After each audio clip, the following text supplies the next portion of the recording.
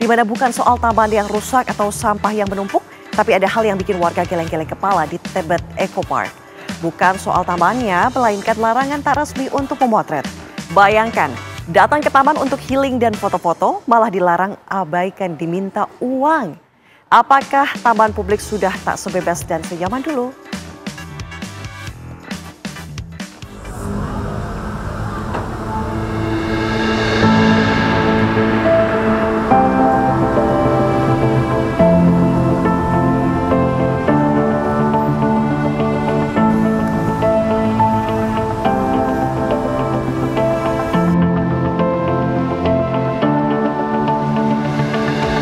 Di tengah hiruk-pikuk kota Jakarta, berfoto di taman merupakan sesuatu yang tentunya sangat diidam-idamkan.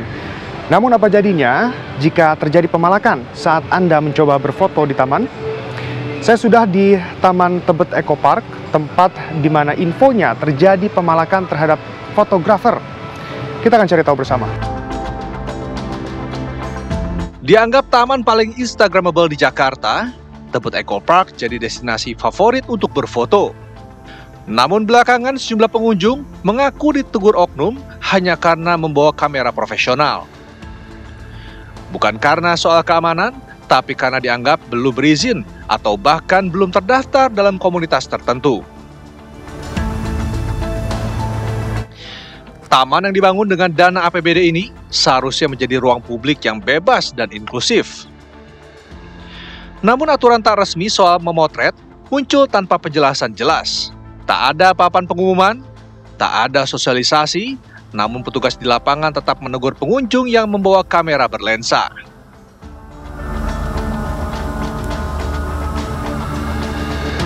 Jujur kurang etis juga ya, kan ini kan tempat pemerintah yang nggak baik juga sih dipalak buat fotografer 500.000 per orang, itu kan nggak baik juga. Ya solusinya sih ya diusir lah oknum kayak gitulah. Pengunjung mengaku aturan itu berlaku selektif. Kamera ponsel bebas digunakan, tapi begitu lensa dibesarkan, niat berkreasi malah dipersempit oleh aturan tak tertulis.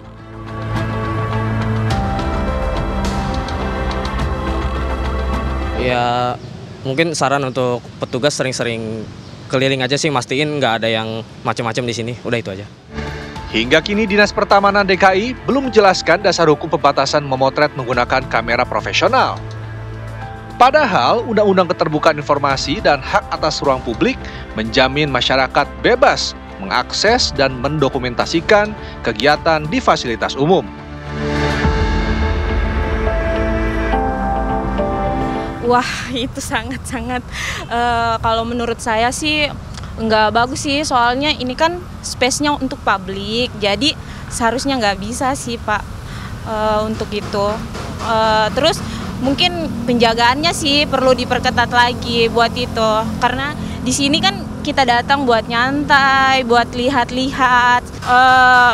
Buat saya untuk harapannya itu diperketat aja sih untuk penjagaannya.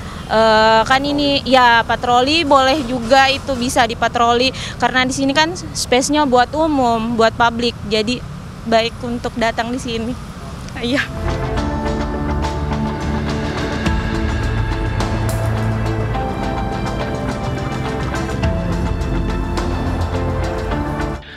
Warganet pun ramai menanggapi. Ada yang mendukung penertiban demi ketertiban taman, tapi tak sedikit yang menilai pembatasan ini berlebihan, bahkan melanggar hak publik, karena ruang publik seharusnya tempat bersama, bukan ruang eksklusif untuk komunitas tertentu. Di era digital, foto tak lagi sekedar dokumentasi, tapi juga cara warga menghargai ruang kota mereka. Ketika aturan tak resmi mulai mengikat ruang publik, maka yang dipertaruhkan bukan hanya foto, tapi juga hak warga untuk merasakan kota milik bersama.